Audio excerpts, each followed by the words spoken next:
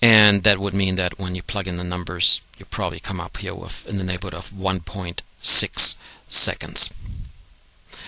Okay, I wanted to show yet something else. As you know, throughout this course, I often use problems to teach some physics as well, not just to solve the problem, but to teach some physics as well. I'm going to take this away here, and I actually don't need this one either, and I'm going to copy that pendulum and put it over here. And of course, if I just let it swing, well, that's going to be boring. They're exactly the same.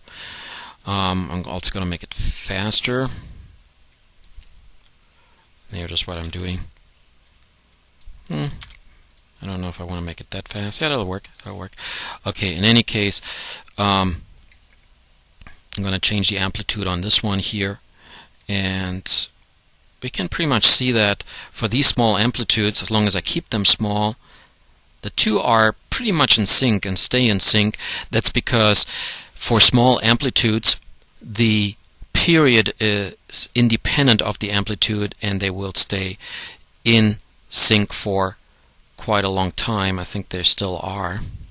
But now, this is after, on this one here, I just stopped it. I just wanted to shift this thing over there. It says on the side here about 27 seconds.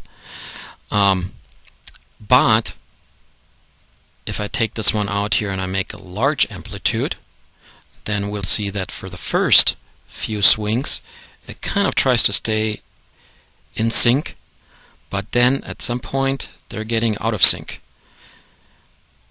And that's where, when the amplitude is too large, it actually figures into the equation and for the pendulum oscillation, and that means this one is not a simple pendulum anymore. And I think you can see it definitely here that the two are not in sync. Ooh, I'm glad they don't hit, actually.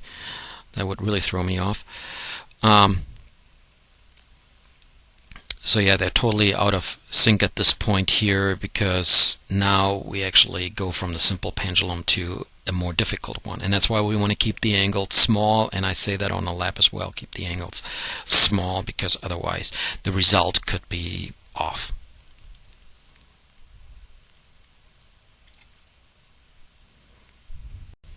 This problem is also about a pendulum, and I prepared that one as well.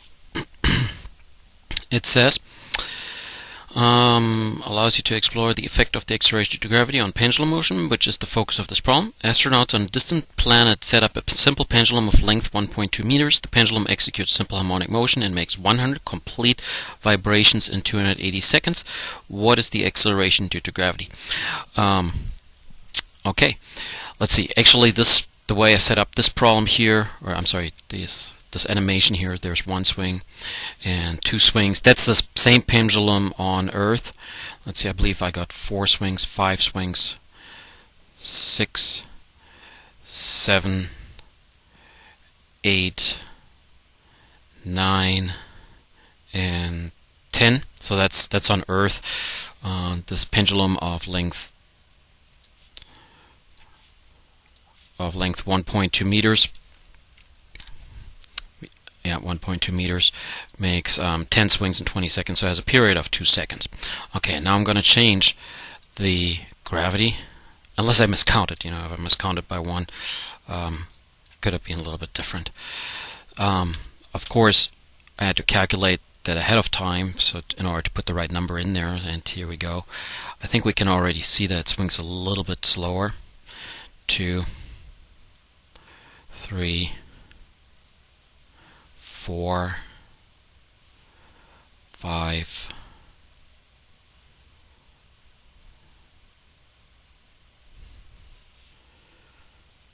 8, 9, and 10.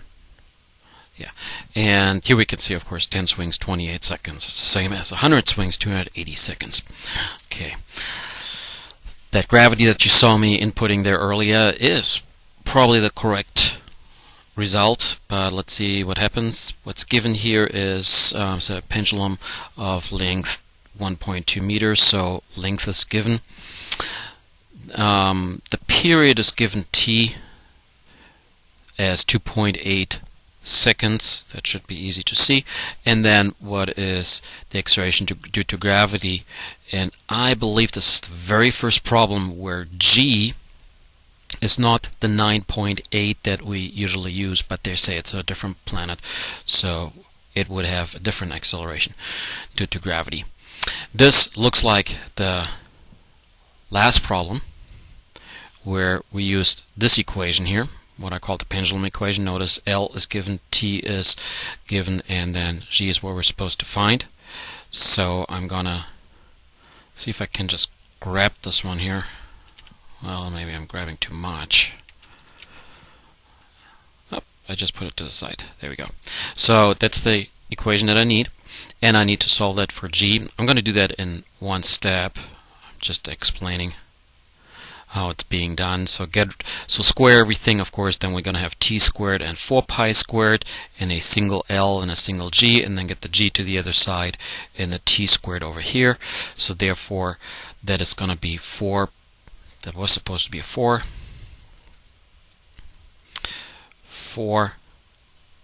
pi squared times L divided by t squared, and I had just mentioned the algebra for that one. And so you put in 1.2 meters here and 2.8 seconds here, and do the calculations, and you come up with the acceleration due to gravity in meters per second squared, and it's really close, or probably the same number that I inputted a moment ago in the animation. Yet another pendulum problem, and it says a pendulum clock can be approximated as a simple pendulum of length 1.00 meters and keeps accurate time at a location where g equals 9.83 meters per second squared. Location where g equals 9.78 meters per second squared. What must be the new length of the pendulum such that the clock continues to keep accurate time? That is, its period remains the same. So I'm going to go to the animation again, and I already inputted 9.83 meters per second squared. By the way, both of these are possible on Earth. The 9.83 is at the North Pole and 9.78 is at the equator, and I'll explain it later after I did this problem why that is. Okay, anyway, so I put this here at 9.83 and I let it swing, I guess, 10 times. And I already lost count, so I'm going to start over again. Hold on. Okay, there we go. 1, 2.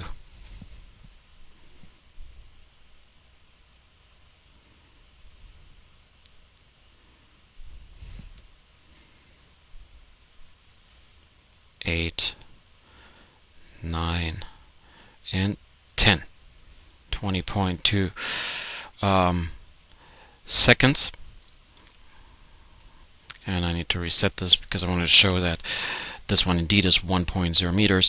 Okay, now I need to build a second pendulum. Actually, I need to change gravity. That's what I meant, 9.78. So we take the same pendulum elsewhere to the equator, and now I need to change the length of the pendulum in order to come up with the same time, so with the same period of 2.02 seconds, and that's part of the problem.